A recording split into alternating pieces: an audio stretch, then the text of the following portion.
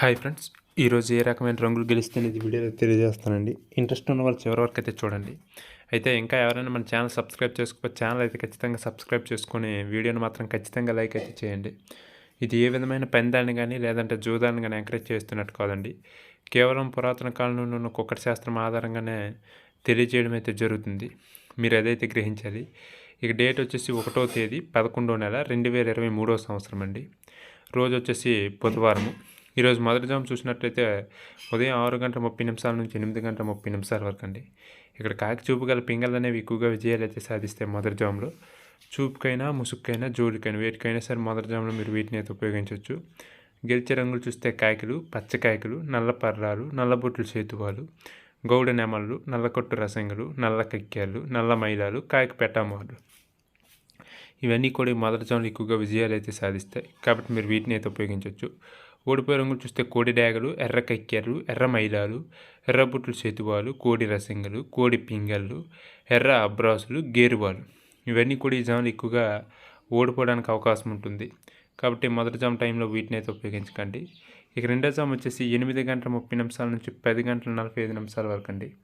ఇక్కడ కోడి చూపు గల నెమళ్ళు అనేవి ఎక్కువగా విజయాలు అయితే సాధిస్తాయి. చూపుకైనా ముసుక్కైనా జోలికైనా వేటికైనా సరే రెండో జాములో మీరు వీటిని అయితే ఉపయోగించవచ్చు.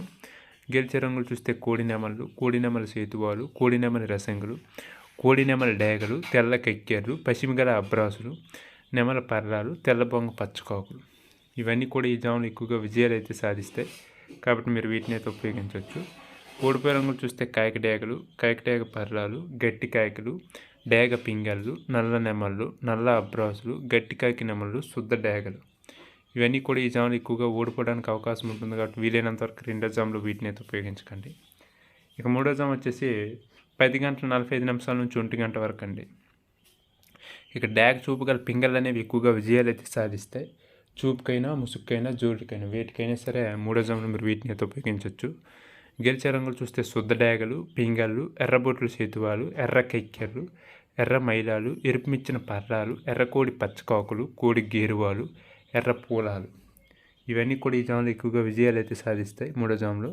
కాబట్టి వీటిని అయితే ఉపయోగించవచ్చు.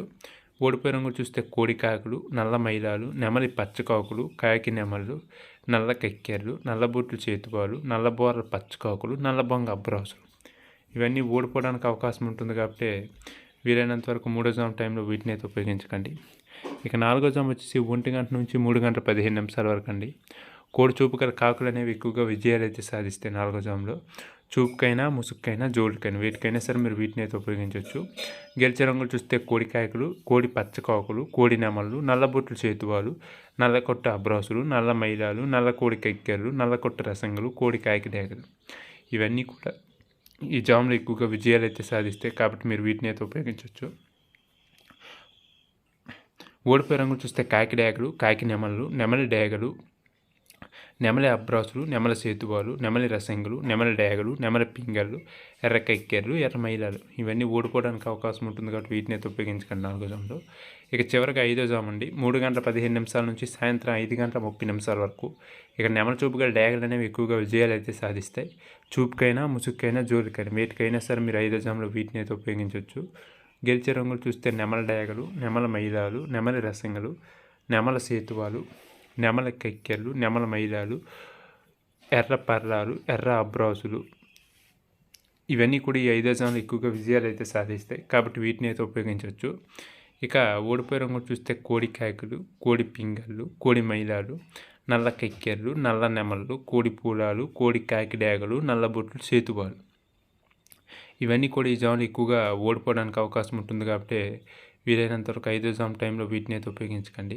ఈ విధంగా నక్షత్రము, జాము, రంగులు ఇవన్నీ చూసి అయితే ఉపయోగించండి. ఖచ్చితంగా విజయాలు అయితే సాధిస్తాయి. రంగు మాత్రం ఎక్కువగా ఏది ఉంటుందో వీలైనంత వరకు దాన్ని మాత్రమే పరిగణలోకి తీసుకుని అయితే ఉపయోగించండి. వీలైనంత వరకు దిక్కులు కూడా చూసుకోండి. వీడియోని మాత్రం ఖచ్చితంగా లైక్ చేయండి, షేర్ చేయండి.